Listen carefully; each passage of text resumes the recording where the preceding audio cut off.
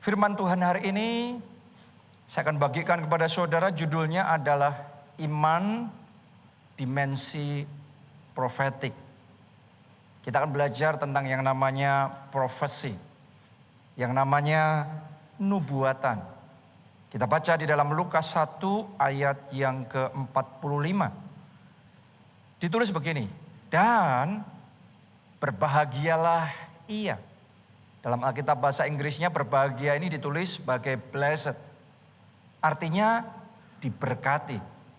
Saya percaya jemaat di tempat ini orang-orang yang diberkati. Orang-orang yang berbahagia, oke? Seperti apa orang yang diberkati, yang berbahagia? Ditulis begini.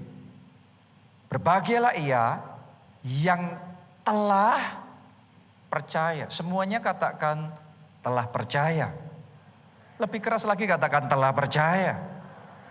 Bukan akan percaya. Ternyata yang berbahagia, yang diberkati, mereka yang apa? Telah percaya. Makanya iman itu harus dikerjakan. Karena yang namanya iman, ada orang yang akan percaya. Tapi ada orang ketika mengerjakan imannya, imannya tumbuh, imannya timbul. Dari akan percaya sekarang jadi telah percaya. Yang diberkati, firman Tuhan ngomong yang telah percaya. Yang diberkati, yang berbahagia, yang telah percaya. Saya berdoa hari ini semuanya kita maju dalam iman. Sehingga iman kita, iman telah percaya. Oke? Yang telah percaya sebab apa yang akan dikatakan kepadanya dari Tuhan akan terlaksana. Apa yang dikatakan kepadanya itu artinya nubuatan. Saya mau ngomong sama saudara sepanjang firman Tuhan ini. Saya akan menyampaikan perkataan-perkataan yang saya percaya berasal dari Tuhan. Dan kalau Anda telah percaya, maka perkataan-perkataan yang akan dikatakan akan terlaksana. Saya berdoa kesembuhan jadi dalam tubuh saudara. Saya berdoa pertolongan datang dalam hidup saudara. Saya berdoa pintu-pintu terbuka dalam hidup saudara. Terjadilah sesuai imanmu. Boleh katakan amin. Kita kasih tepuk tangan yang meriah buat Tuhan kita. Jadi yang namanya nubuatan itu adalah pernyataan dari apa yang ada di pikiran Tuhan tentang kita. Saya bicara tentang nubuatan untuk pribadi kita masing-masing. Pernyataan apa yang ada di pikiran Tuhan tentang kita. Bisa juga tentang keluarga kita.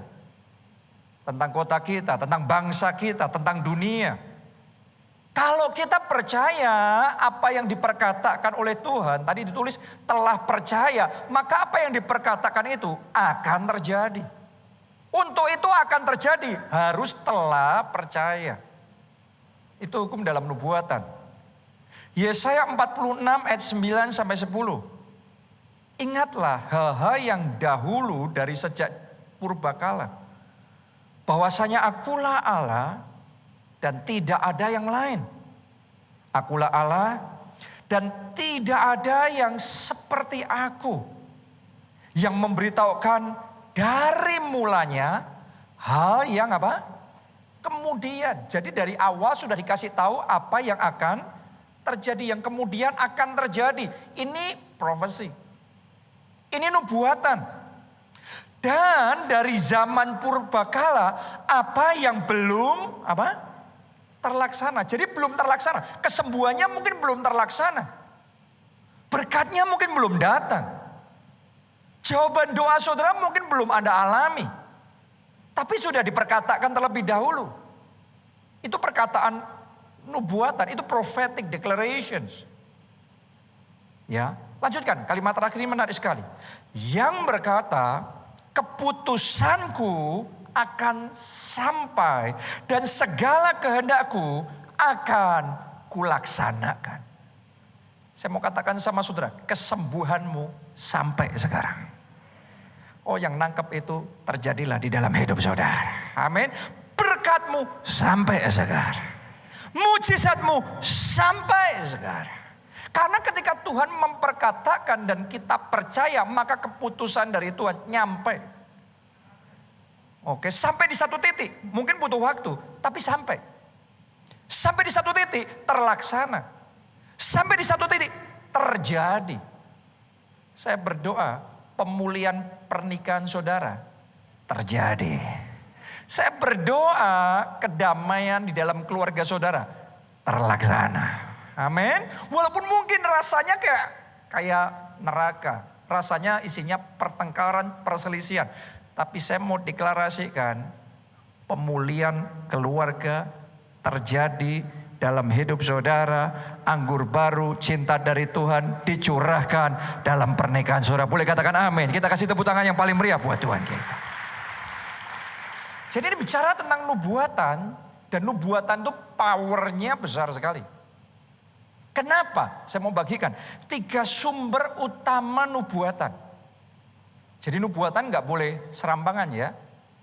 3 sumber utama nubuatan. Nomor 1, Alkitab. Anda harus mengerti bahwa Alkitab adalah the book of prophecy. Kitab yang isinya adalah nubuatan. Mari kita baca 2 Petrus 1 ayat 19 sampai 21. Dengan demikian kami makin diteguhkan oleh firman yang telah disampaikan oleh para nabi. Alangkah baiknya kalau kamu memperhatikannya. Memperhatikan apa? Firman. Firman apa? Firman profetik. Itu nubuatan. Alangkah baiknya kalau kamu memperhatikannya. Gimana cara saudara dan saya seharusnya memperhatikan nubuatan? Ditulis begini. Memperhatikannya sama seperti memperhatikan pelita yang bercahaya di tempat yang gelap. Coba Anda renungkan ini sejenak. Disuruh memperhatikan firman profetik, nubuatan, seperti memperhatikan apa tadi? Pelita yang bercahaya di tempat yang gelap. Jadi kita di tempat yang gelap, di kamar yang gelap, yang nyala cuma pelitanya. Berarti jadi apa ini? Fokusnya. Benar apa tidak? Jadi highlightnya. Seperti itu Tuhan ngomong, kamu seharusnya memperhatikan nubuatan. Firman profetik. Jadi kalau saat ini firman Tuhan berkata oleh bilur-bilurnya kita sembuh. Saya mau ajak saudara perhatikan kesembuhan itu. Bahwa melalui bilur Kristus kita sembuh. Mungkin ada sekeliling saudara berkata, tapi kenyataannya hasil check up masih kayak gini. Kenyataannya kondisi tubuh kita masih gak enak. Yang lainnya gelap. Disuruh ngelihat yang lainnya gelap, cuma satu yang terang. Nubuatan. Cuma yang satu yang terang.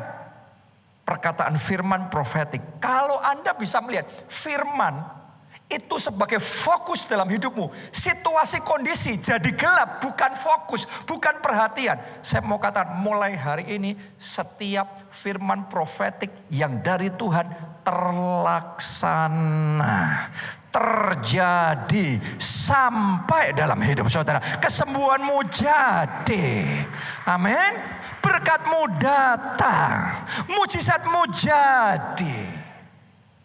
Masalahnya banyak orang caranya menerima firman profetik, perkataan nubuatan adalah ngelihat banyak hal yang lain. Padahal Tuhan ngomong suruh memperhatikan firman itu seperti kayak pelita yang bercahaya di kegelapan. Yang lainnya gelap, ini yang terang. Ini fokusnya, ini highlightnya. Situasi kondisi di sekeliling mungkin boleh gelap. Dunia sekarang ngomong bahwa tahun ini susah, tahun depan gelap. Tapi saya mau ngomong di dalam Yesus, anak-anak Tuhan, saudara dan saya, jemaat keluarga Allah, di dalam Yesus ada terang. Di dalam Yesus ada kemuliaan yang mau terbit atas kita. Kalau yang Anda perhatikan berita yang Anda perhatikan situasi kondisi di sekeliling, Anda ikut lemas. Lemas sama berita resesi, lemas sama berita krisis. Tapi kalau Anda memperhatikan firman, bangkitlah. jadilah terang. Kenapa? Sebab terangmu terbit dan kemuliaannya nyata atasmu. Doa saya, ini highlightnya, ini yang jadi perhatiannya, ini yang jadi fokus utama. Dan kalau Anda percaya memperhatikan firman profetik seperti itu, maka firman itu sampai dalam hidup saudara. Firman itu terlaksana dan jadi dalam hidup saudara. Amin. Jadi perhatikan itu. Saya mau katakan ada orang-orang di tempat ini yang mengalami jalan buntu dalam hidupnya. Tapi saya deklarasikan, saat ini juga pintu-pintu terbuka dalam hidup saudara. Mulai hari ini Tuhan yang akan membawa saudara tetap naik dan tidak turun. Walaupun selama ini Anda turun terus, tapi tangannya akan mengangkat saudara. Dia akan bawa Anda tetap naik, tidak turun, bahkan terbang tinggi bagaikan Raja Wali. Amin. Jadi perhatikan firman Tuhan seperti pelita yang bercahaya di tempat yang gelap. Lanjutkan ayat tadi. Sampai fajar menyingsing dan bintang timur, sama aja nih, fajar, matahari, terbit bersinar di dalam hatimu. Sampai engkau harus memperhatikan firman itu, sampai fajar menyingsing, sampai bintang timur bersinar dalam hatimu. Jadi kalau saat ini kondisimu di dalam kegelapan, gelap di dalam kesehatan saudara, gelap di dalam pernikahan, gelap di dalam keluarga, gelap di dalam keuangan saudara, Anda disuruh memperhatikan, ada terang di dalam firman. Kalau Anda terus memperhatikan sampai di satu titik, hatimu yang tadinya gelap, hidupmu yang tadinya gelap, tolong dengarkan baik-baik, fajar akan menyingsing. Oke, bintang timur akan bersinar. Saya mau deklarasikan, ada orang di tempat ini mulai saat ini matahari kembali bersinar dalam hidup saudara. Awan gelap disingkirkan, dilenyapkan, dan matahari kembali bersinar terang dalam hidup saudara. Terjadilah sesuai dengan iman. Kita kasih tepuk tangan yang paling meriah buat Tuhan kita. Seperti itu seharusnya kita memperhatikan perkataan profetik, nubuatan, firman Tuhan. Ayat 20. Yang terutama harus kamu ketahui ialah bahwa nubuat-nubuat di dalam kitab suci tidak boleh ditafsirkan menurut kehendak sendiri. Kalau ditafsirkan menurut kehendakmu sendiri, namanya bukan nubuat tapi lubuat. Menurut kehendak saya sendiri jadinya apa? Kubuat. Kita nggak mau kubuat, lubuat, yang kita mau nubuat. Oke, lanjutkan ayat 21. Sebab tidak pernah nubuat dihasilkan oleh kehendak manusia, tetapi perhatikan, nubuat itu apa? Oleh apa? Dorongan Roh Kudus. Orang-orang berbicara atas nama Allah.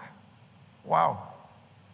Saya mau ngomong sama saudara, berulang kali sementara saya berdiri di mimbar dan menyampaikan firman Tuhan, ada dorongan di dalam hati saya menyampaikan perkataan-perkataan nubuat bukan oleh kehendak saya, tetapi itu harus oleh dorongan siapa?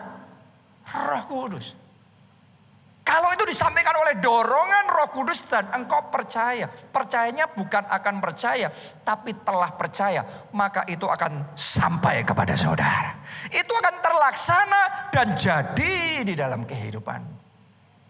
Jadi hari ini Anda harus ngerti bahwa yang namanya perkataan nubuat itu berasal dari firman Tuhan, dari Alkitab. Alkitab itu powerful sekali. Kalau Anda ngerti, Alkitab ini source of prophecy. Alkitab ini ada sumber dari nubuatan. Maka ini harta karun yang tidak ternilai harganya.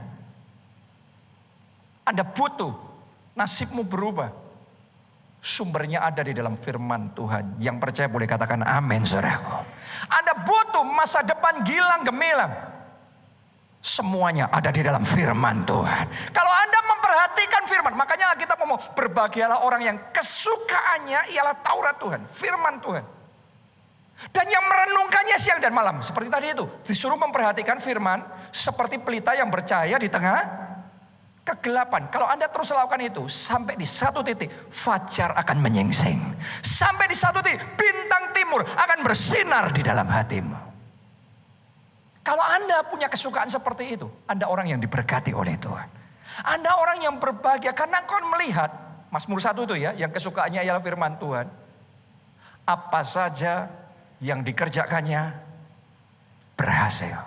Pas saya ngomong begini, saya rasakan Roh Kudus taruh di hati saya. Ada orang yang ngalaminya kegagalan terus. Tapi hari ini engkau tangkap firman Tuhan. Dan mulai hari ini saya deklarasikan new chapter. Babak yang baru dalam hidupmu dimulai. Babak yang penuh dengan kemenangan lagi, keberhasilan lagi, keberuntungan lagi. Dimulai di dalam hidup saudara.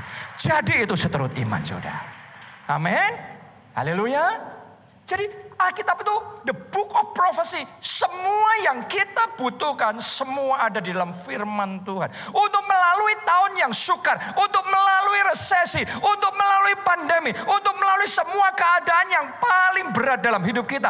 Sumbernya firman Tuhan. Tapi bukan sambil lalu ya. Tadi belajar loh, harus memperhatikan itu. Seperti pelita yang bercahaya di tengah kegelapan. Terus sampai fajar menyingsing. Bintang timur bersinar di dalam hatimu. Oke. Jadi firman Tuhan itu kuasanya besar sekali. Makanya kita harus terus mengerjakan firman Tuhan itu. Waktu Pak Obaja, Bapak rohani kita, gembala senior kita, memulai gereja kita sekian puluh tahun yang lalu.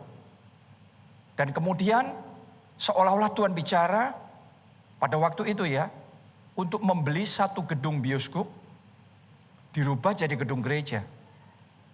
Secara manusia pada waktu itu impossible, tidak mungkin, karena nggak ada dananya, nggak ada uang cukup untuk bisa membeli gedung bioskop dan merubah jadi gereja. Itu tidak mungkin, secara manusia impossible. Makanya Pak Obaca maju mundur, maju mundur, maju mundur. Tapi di situ ketika Anda dalam kondisi maju mundur, yang Anda butuhkan adalah firman Tuhan. Yang Anda butuhkan adalah kerja, mencari Tuhan, menggali firman. Sampai Tuhan kasih rema bagi saudara. Sampai Tuhan kasih satu perkataan profetik dalam hidup saudara. Karena kalau saudara dapat perkataan profetik dari Tuhan, dapat rema dari Tuhan, satu rema dari Tuhan, jaminan bagi saudara. Dan sementara Pak Obaca di dalam keraguannya mulai menggali firman, orang menggali firman itu, kayak tadi memperhatikan firman itu kayak orang menggali firman, seperti kayak orang menggali tanah, 1 meter, 2 meter, 3 meter, gak dapat, airnya belum muncul. 4 meter, 5 meter, baru sekian meter, 7 meter, mungkin 10 meter, mungkin daerah tertentu 15 meter. Sampai di titik tertentu, air muncul. Kerja firman tuh gitu, itu saya sebut kerja firman. Kalau Anda sukanya kerja firman begitu air muncul, tadinya kering, hidupmu jadi basah dengan berkat Tuhan. Kau baca kerja firman sampai rema muncul. Tuhan ngomong, aku akan mengadakan apa yang tidak ada jadi ada. Begitu dapat satu rema itu, tangkap dia. Dan dia percaya, dia melangkah dengan iman. Dan sementara dia melangkah dengan iman, kuasa Allah bekerja. Dan ketika kuasa Allah bekerja, benar-benar yang tidak ada jadi ada. Gedung bioskop itu terbeli, berubah jadi gedung gereja, dan di situ dimulai kegerakan. Dan hari ini kita bisa ada sebagaimana kita ada sekarang, termasuk tempat ini juga bisa ada sebagaimana kita ada sekarang, karena kegerakan yang dimulai pada waktu itu. Satu rema dari Tuhan, aku akan mengadakan yang tidak ada jadi ada. Pas saya ngomong begini, Sekali lagi ada dorongan Roh Kudus di hati saya. Ada orang-orang di tempat ini. Saudara ngomong ini tidak ada. Gak ada modal Tuhan. Gak ada kenalan Tuhan. Gak ada akses Tuhan. Tapi hari ini Tuhan juga mau ngomong sama saudara. Aku akan mengadakan yang tidak ada jadi ada. Dan Anda akan melihat hidupmu dibuat indah oleh Tuhan. Tepuk tangannya yang lebih meriah buat Tuhan. Yang membuat indah hidup kita. Karena itu saya ajak saudara kerja firman. Coba semuanya katakan kerja firman. Lebih keras lagi katakan aku mau kerja firman. Baca Alkitab saudara tiap hari. Ikut som. Saudara tanya sama sekretariat kapan som baru dimulai. Saudara ikut som. Ikut pendalaman Alkitab di gereja kita. Di situ ada kerja firman, belajar firman. Dan sementara Anda kerja firman, banyak orang gak ngerti. Dipikirnya kerja firman terus ngantuk. Itu orang yang gak ngerti. Sementara baca firman pikirannya mengembara kemana-mana. Padahal Tuhan ngomong terhadap firman, kamu harus memperhatikan seperti pelita yang bercahaya di tengah kegelapan. Yang lain gelap, fokusnya cuma firman. Anda kalau dapat seperti itu, fajar akan menyingsing dalam hidup saudara. Yes. Kerja firman yang benar, maka engkau akan berbahagia. Maka hidupmu akan diberkati oleh Tuhan. Kerja firman. Kerja firman. Saat ini juga saya rasakan dalam hati saya. Ada yang di tubuhnya ada benjolan. Daging tumbuh tidak normal yang seharusnya ada. Saat ini di dalam nama Yesus. Saat ini juga seketika ini juga lenyap. Dan terima kesembuhan saudara. Amin. Itu yang pertama. Yang kedua, sumber nubuatan yang kedua adalah perjumpaan pribadi dengan Tuhan. Oke, jadi ada orang-orang yang menerima nubuatan ketika dia mengalami perjumpaan pribadi dengan Tuhan. Di situ Tuhan ngomong sesuatu tentang hidupnya. Di situ Tuhan menyatakan rencana Tuhan atas hidupnya. Melalui apa? Perjumpaan pribadi dengan Tuhan. Itu yang dialami oleh Abraham. Kita baca di dalam Kejadian 12 ayat 1 sampai ayat yang ketiga. Berfirmanlah Tuhan kepada Abraham, pergilah dari negerimu dan dari sana saudaramu dan dari rumah bapamu ini ke negeri yang akan kutunjukkan kepadamu. Aku akan membuat engkau menjadi bangsa yang besar dan memberkati engkau serta membuat namamu masyhur dan engkau akan menjadi berkat. Aku akan memberkati orang-orang yang memberkati engkau dan mengutuk orang-orang yang mengutuk engkau, dan olehmu semua kaum di muka bumi akan mendapat berkat. Ini adalah perkataan nubuatan dari Tuhan. Padahal Abraham gak punya anak, sekian tahun menikah gak punya anak. Tapi terhadap pasangan yang tidak punya anak ini Tuhan mengucapkan nubuatan. Dia menyatakan apa yang ada dalam pikirannya kepada Abraham. Rencananya untuk hidup Abraham. Abraham, kamu yang gak punya anak, kamu akan kubuat jadi bapa banyak bangsa. Coba Anda renungkan itu. Kadang-kadang nubuatan dari Tuhan tepat 180 derajat beda sama keadaan kita. Jadi buat keadaan saudara yang saat ini tidak berdaya, saya mau sampaikan deklarasi profetik. Anda pahlawan yang gagah perkasa. Anda kuat oleh kuasa Tuhan. Amin. Anda yang saat ini terbatas. Secara finansial mungkin Anda sangat kekurangan, sangat terbatas. Tapi saya mau deklarasikan in the name of Jesus. Di dalam nama Yesus. You are blessed. Engkau orang yang diberkati. Haleluya. Itu yang Tuhan katakan sama Abraham. Dan Abraham menerima nubuatan itu ketika Tuhan menunjukkan dirinya, menampakkan dirinya kepada Abraham. Saya berdoa saudara di tempat ini dibawa sama Tuhan mengalami pengalaman spiritual, perjumpaan langsung dengan Tuhan. Mungkin bisa jadi waktu engkau di kamar sendirian berdoa dan kemudian Tuhan menampakkan dirinya sama saudara. Mungkin bisa saja saat Anda tidur malam nanti melalui mimpi, seperti Tuhan menampakkan diri kepada Yusuf, Tuhan juga bisa menampakkan diri kepada saudara. Yes, Allah kita tidak berubah dulu, sekarang, sampai selama-lamanya. Dan yang pasti kalau Tuhan menampakkan diri sama kita, kalau kita mengalami perjumpaan sama Tuhan, hidup kita tidak mungkin sama lagi. Sesuatu pasti berubah. Abraham yang tadinya tidak punya anak, dia pikir ya sudah sampai di situ garis keturunannya.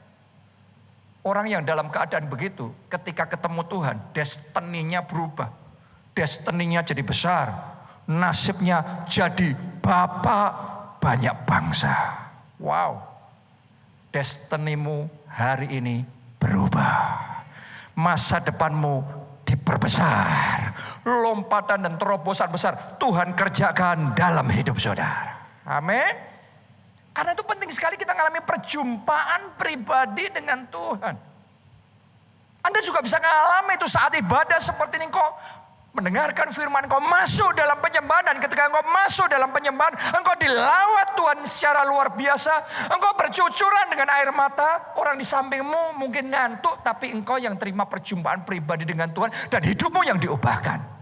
Very possible. Anda masih ingat kisah ketika Tuhan menampakkan diri sama Saulus. Dan Tuhan bicara sama Saulus. Yang di kiri kanannya enggak dengar perkataan Tuhan. Tapi Saulus dengar. Saya berdoa hari ini Anda dengar perkataan Tuhan. Amin. Jangan pedulikan yang lain-lainnya. Saudara perhatikan firman Tuhan. Karena satu saja nubuatan perkataan profetik dari Tuhan. Itu game changer di dalam hidup kita. Saya ingat sekian puluh tahun yang lalu ketika saya masih remaja. Istri saya Pastor Nita masih remaja. Dalam ibadah seperti ini. Waktu itu dalam suasana KKR pencurahan Roh Kudus. Terus kemudian kita semua terima lawatan Tuhan. Dia ngalami lawatan Tuhan. Waktu itu kalau nggak salah di balkon ya. Di balkon. Di gereja kita di Solo pada waktu itu. Dia rebah. Dilawat oleh Tuhan. Dan kemudian sampai malam. Sampai malam. Ibadah jam 6.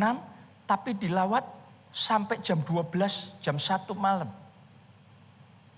Tapi ternyata itu di bawah ketika rebah.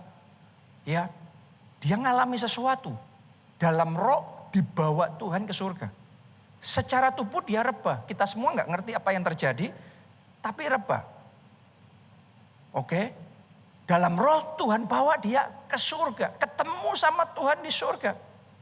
Dan di situ dia ngalami pengalaman yang tidak terlupakan di dalam hidupnya. Dan salah satu pengalamannya yang dia alami dikasih sama Tuhan kayak Alkitab. Kayak gulungan kitab gitu. Itu pengalaman spiritual yang susah untuk dijelaskan secara manusia. Tapi sejak saat itu seringkali di dalam doanya muncul itu gulungan kitab terbuka. Terus di situ ada kata-katanya. Pada waktu itu dia masih Kristen baru. Jadi dia belum hafal dengan Alkitab. Dia baca itu gulungan kitab dalam roh ya. Dalam roh dia melihat gulungan kitab kata-katanya. Terus dia ambil Alkitab secara jasmani. Dia buka tepat persis sama dengan Alkitab jasmani. Apa yang dilihat di dalam spirit itu. Muncul berulang kali kayak gitu. Dan sejak saat itu Tuhan kasih kepekaan dalam roh secara luar biasa. Sejak saat itu kalau berdoa, kalau melayani orang dekat saja tiba-tiba terbuka ngelihat. Pegang tangan orang tiba-tiba ngelihat hidupnya seperti ini. Seperti itu dan seterusnya. Dan sejak satu hal-hal yang ajaib terjadi dalam hidupnya. Saya mau ngomong sama saudara sekali lagi. Pengalaman spiritual akan menjadi game changer di dalam hidup kita. Pengalaman spiritual berjumpa sama Tuhan. Orang kalau ketemu sama Tuhan hidupnya gak bisa sama lagi. Hidupnya akan diperbesar. Makanya ulang tahun gereja kemarin, lapangkan tempat kemahmu, bentangkan tenda kediamanmu. Salah satu saudara bisa melapangkan hidup, membentangkan hidup saudara adalah kalau Anda berjumpa pribadi dengan Tuhan. Hari ini saya berdoa, semua kita di tempat ini gak cuma datang ke gereja. Karena banyak orang datang ke gereja hidupnya gak berubah. Doa saya, Anda sementara datang ibadah di tempat ini, engkau berjumpa pribadi dengan Tuhan. Itu yang akan mengubah hidupmu, tidak sama lagi. Itu akan memperbesar destinimu, masa depanmu di dalam Tuhan. Amin. Haleluya. Saya juga ngalami perjumpaan pribadi sama Tuhan. Di momen-momen yang di tahun-tahun pada waktu remaja saya ya, kita mirip pada waktu itu. Saya ini anak pendeta. Tapi saya dulu tidak mau jadi pendeta. Sejak kecil saya cita-citanya jadi pengusaha. Terus kemudian ada beberapa hamba Tuhan datang dan kemudian menyampaikan nubuatan kepada saya. Biasanya orang kalau didoakan dan dinubuatin oleh hamba Tuhan happy. Benar enggak? Ya. Tapi saya waktu itu enggak happy, saya marah. Kenapa? Karena nubuatannya enggak cocok sama keinginan saya. Saya mau jadinya pengusaha yang sukses. Bisnismen yang sukses. Tapi beberapa hamba Tuhan bahkan dari luar negeri yang enggak tahu saya, enggak ngerti seperti apa. Tapi kemudian bisa menubuatkan bahwa Tuhan panggil saya jadi hamba Tuhan. Saya waktu itu enggak bisa terima. Sampai di suatu titik, pada waktu itu saya ada di kamar dan membaca satu buku. Bukan masalah bukunya, bukunya juga biasa-biasa aja. Tapi entah gimana saat saya baca buku rohani sih. Tiba-tiba di kamar itu saya merasakan kayak ada kehadiran. Ada kehadiran sosok yang tidak kelihatan tapi saya tahu kayak tiba-tiba saja atmosfer ruangan itu berubah total. Dan saya tidak bisa jelaskan secara manusia. Isinya cuma nangis dan nangis. Saya bukan tipe orang yang gampang menangis. Saya tipe orang yang sangat logika sekali. Tapi pada waktu itu tanpa didoakan orang, cuma saya sendiri. Padahal cuma baca buku. Ketika saya merasakan kehadiran sosok pribadi itu, saya bisanya cuma nangis dan nangis dan nangis. Dan di situ entah gimana, saya nggak dengar suara secara audible, tapi di dalam hati saya tahu Tuhan panggil saya jadi hamba Tuhan. Dan di situ momen saya serahkan hidup saya sama Tuhan. Dan sejak saat itu saya bisa melihat bagaimana campur tangan Tuhan begitu nyata dalam hidup saya. Dimanapun saya berada, saya melihat selalu ada penyertaan tangan Tuhan yang ajaib. Saya berdoa mulai hari ini penyertaannya yang ajaib nyata dalam hidup saudara. Engkau tidak lagi berjalan dengan kekuatanmu sendiri, dengan pikiranmu sendiri. Mulai hari ini ada keajaiban demi keajaiban karena tangan yang ajaib itu bertindak dan bekerja di dalam hidup saudara. Tepuk tangannya paling meriah buat Tuhan kita yang luar biasa. Itu sebabnya di gereja kita ada yang namanya retreat encounter. Retreat encounter itu perjumpaan pribadi sama Tuhan. Jadi dalam retreat ini sangat banyak orang yang dijamah Tuhan, dilawat Tuhan, ngalami perjumpaan pribadi sama Tuhan dan hidupnya diubahkan secara signifikan, secara radikal. Ya saya nggak tahu kapan jadwalnya retreat encounter, tapi Anda nanti boleh tanyakan di sekretariat gereja kita. Cepat daftar karena biasanya kalau kita buka retreat encounter dibuka langsung full pendaftaran. Orang harus nunggu untuk kloter berikutnya. Jadi lebih baik saudara store nama dulu, daftar dulu ya. Supaya Anda pastikan dapat tempatnya di situ. Doa saya hidup saudara diubahkan ketika engkau mengalami perjumpaan dengan Tuhan. Amin. Itu yang kedua. Yang ketiga, sumber nubuatan yang ketiga adalah dari nabi atau hamba Tuhan atau pemimpin yang diurapi dan diutus Tuhan dalam hidup kita. Kita baca 2 Tawarik 20 ayat 14 sampai 17. Ini adalah kisah ketika Raja Yosafat sedang diserang oleh 3 laskar besar sekaligus, yaitu Bani Moab, Bani Amon dan pasukan orang Meonim. Menyerbu dan siap menghabisi mereka. Nah dalam keadaan yang terdesak, tiba-tiba Tuhan kirim hambanya, nabinya untuk menyampaikan pesan profetik, yaitu nubuatan kepada Raja Yosafat. Saya bacakan. Lalu Yahasiel, siapa namanya? Yahasiel, Siapa yang sebelum baca ayat ini sudah familiar dengan Yahasiel?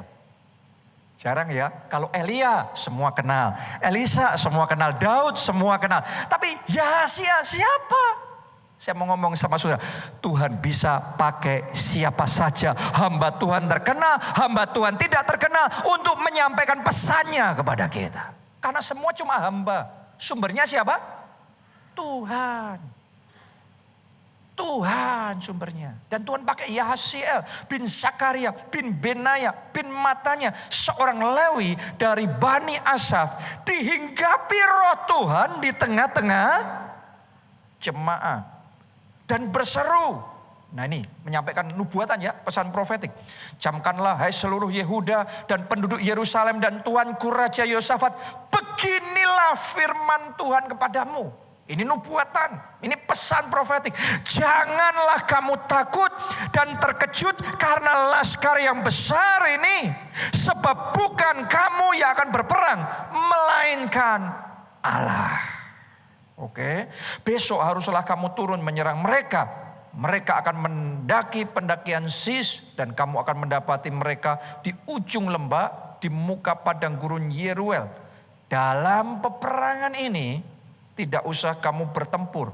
Hai Yehuda dan Yerusalem, tinggallah berdiri di tempatmu dan lihatlah bagaimana Tuhan memberikan kemenangan kepadamu. Janganlah kamu takut dan terkejut, majulah besok menghadapi mereka. Tuhan akan menyertai kamu. Oh, ada yang sedang ragu-ragu di tempat ini. Saat baca ayat ini, Tuhan sedang memberikan peneguhan kepada saudara. Maju. Dan ketika Anda melangkah maju, Tuhan menyertai. Boleh katakan amin. Kita kasih tepuk tangan yang paling meriah buat Tuhan kita. Haleluya. Jadi dalam keadaan terdesak, Tuhan urapi satu hamba Tuhan, satu orang Lewi namanya Yahasiel menyampaikan pesan profetik itu kepada mereka. Saya percaya bahkan saat ini ketika firman Tuhan berlangsung, Tuhan bisa mengurapi saya, Tuhan bisa mengambil alih saya, menyampaikan pesan profetik kepada saudara. Nah, mari kita lihat responnya Raja Yosafat ketika menerima pesan tersebut. Sekarang ayat yang ke-20.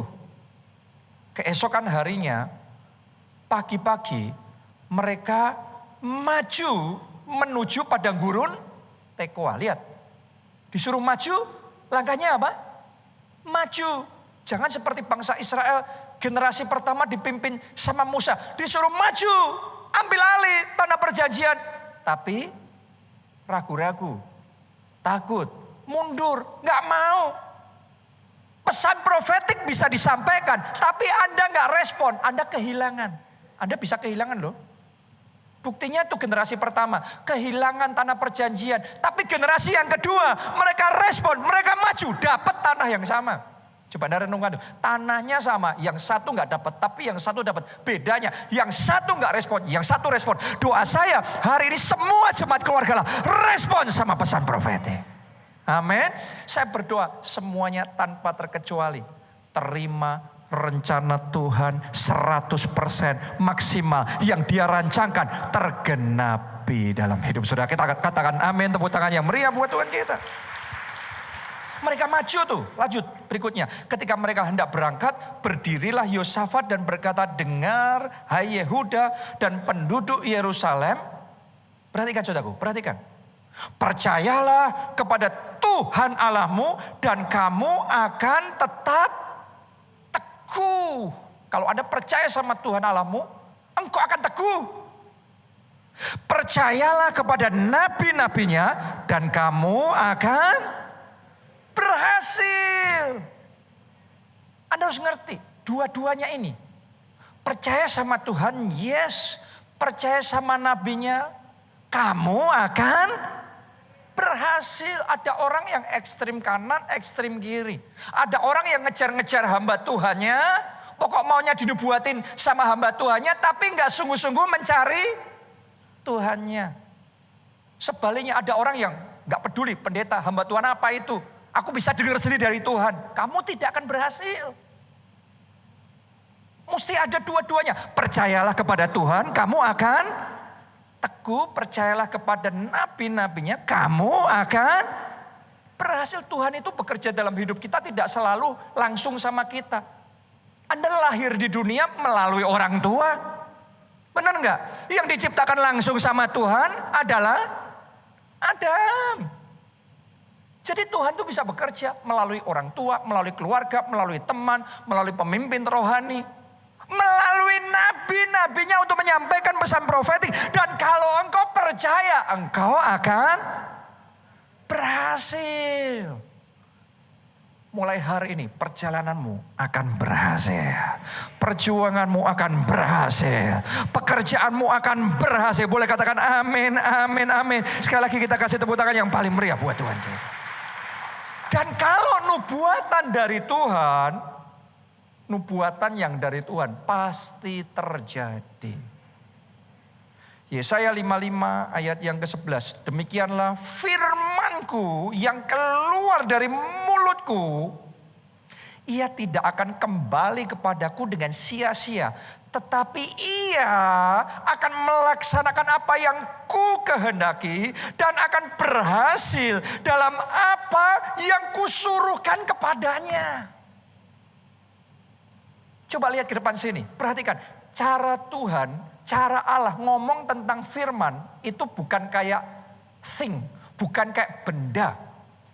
Tapi dia ngomong tentang firman itu sebagai pribadi. Ngomongnya apa tadi itu?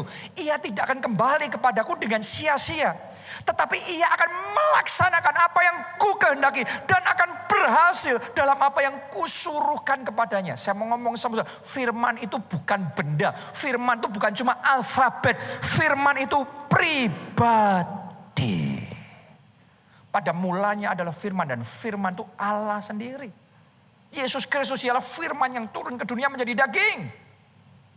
Firman itu pribadi. Kalau Anda ngerti, Anda dapat firman, Anda dapat rema. Saya mau ngomong sama saudara, ada pribadi Allah yang bekerja dalam hidup saudara. Seperti tadi yang saya ngomong, waktu Pak Obaja dapat rema, Tuhan ngomong sama dia, aku akan membuat apa yang tidak ada jadi ada.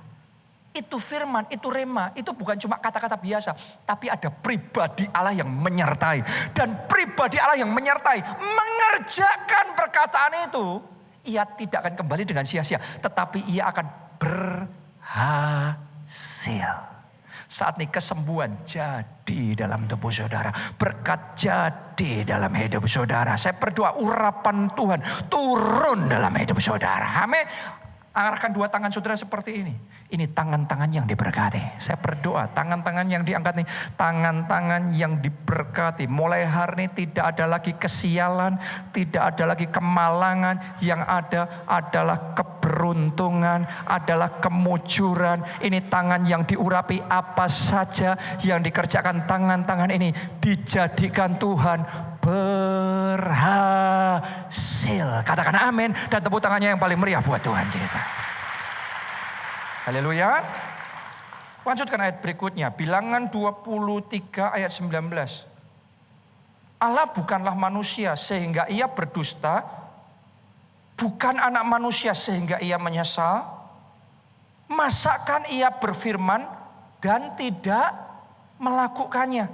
Atau berbicara dan tidak menepatinya. Kalau manusia janji sama kita, bisa janji kosong. Kenapa? Karena terus dia keberatan, dia ngerasa rugi, dia nggak mampu.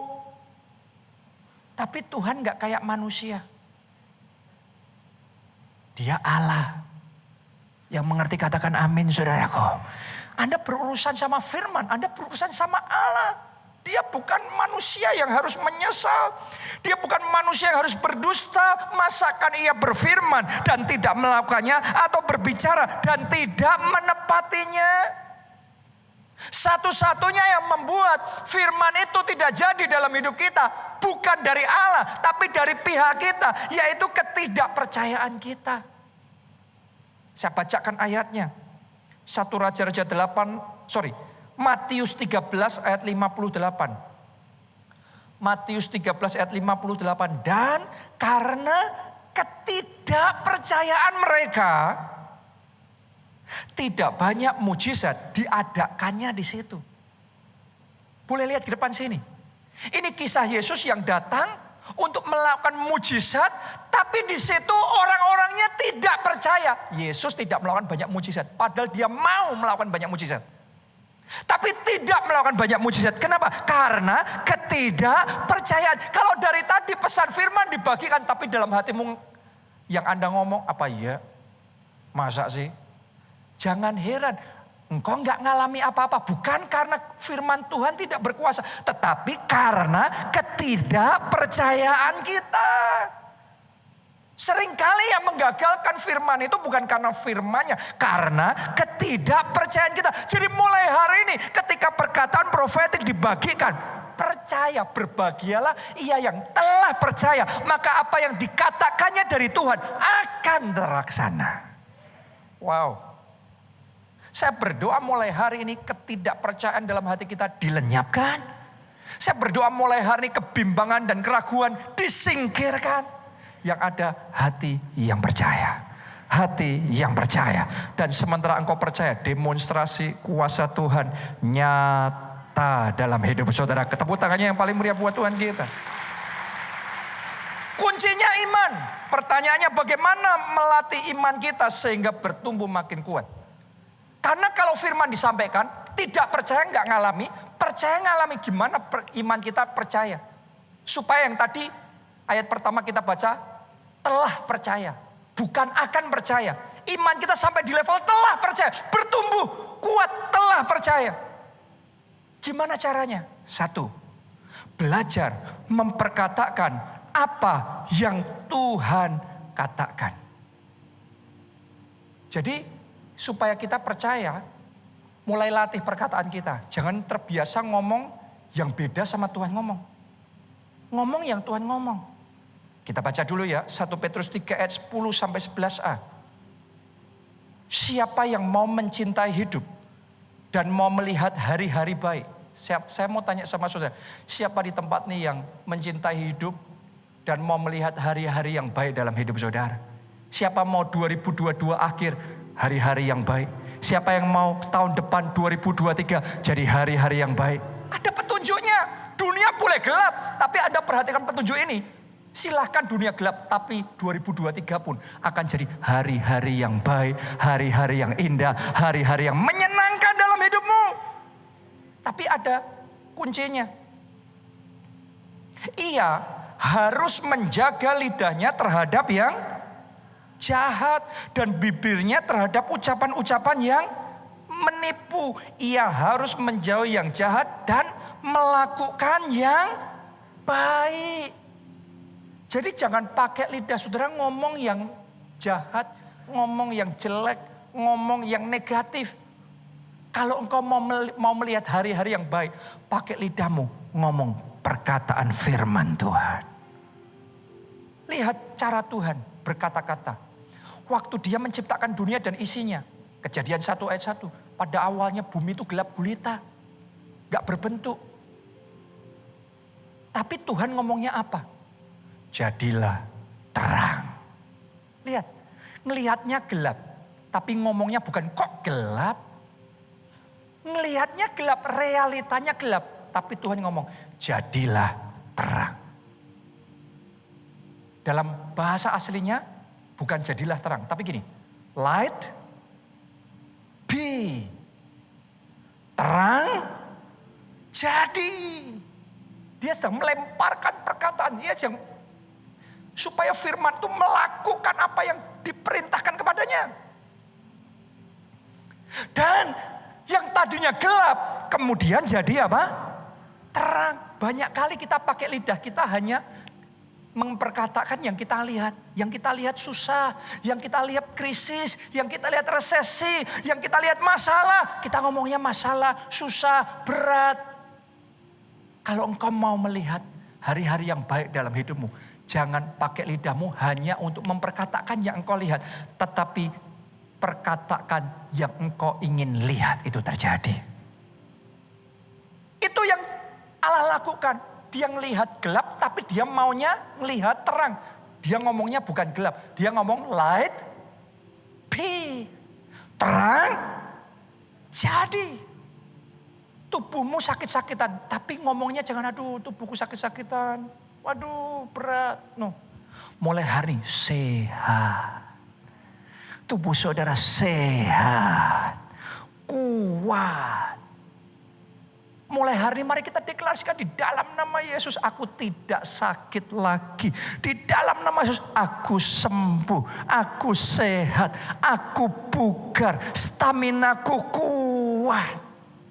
Itu yang firman Tuhan ajarkan. Biarlah yang tidak berdaya berkata aku pahlawan. Padahal gak berdaya. Waktu dia ngomong pahlawan diketawain kayak gini kok pahlawan. Tapi itu yang Tuhan ngomong. Buat kamu yang tidak berdaya, jangan ngomongnya aku gak berdaya. Buat kamu yang susah, jangan ngomongnya susah, miskin. Yang tidak berdaya Tuhan. Ini firmannya ngomong. Katakan, aku pahlawan. Hidupku penuh dengan sukacita yang dari Tuhan. Amin. Itu cara berkata-kata seperti Tuhan berkata-kata. Yang kedua, supaya iman kita muncul, mulai bertindak seolah-olah hal itu sudah terjadi. Untuk apa? Menghayati. Kalau Anda percaya Anda sembuh, mulai rasakan kesembuhan saudara. Mulai Anda hidup sebagai orang yang sudah disembuhkan. Mulai lakukan hal-hal yang tadinya belum bisa Anda lakukan. Mulai jiwai, hayati, resapi kesembuhan di dalam Yesus itu. Jangan mulut kita ngomong sembuh, tapi di hatinya kita masih kayak ngerasanya wah sakit-sakit. No. Sembuh. Sampai di alam bawah saudara-saudara sembuh. Sampai dalam spirit saudara, hati saudara isinya sembuh. Mulai bertindak. Yang terakhir, yang ketiga. Terus mengucap syukur. Dan terus harapkan hal itu terjadi. Mulut kita mengucap syukur itu penuh dengan kuasa. Yusuf dia dapat mimpi akan jadi penguasa yang besar. Kenyataannya bukan jadi penguasa. Kenyataannya dibanting hidupnya jadi budak. Tiap hari 13 tahun. Hidupnya menderita dan susah. Bukan tetap naik dan tidak turun. Firmannya tetap naik tidak turun. Tapi yang Yusuf alami turun terus gak naik-naik. Siapa yang ngalami seperti Yusuf? Tapi saat dia ngalami itu dia gak ngomong. Mana firman Tuhan katanya berkuasa. No. Yang Yusuf. Saya percaya tiap hari. Selalu ada ucapan syukur. Dan selalu ada pengharapan. Bahwa janji Tuhan pasti tergenapi.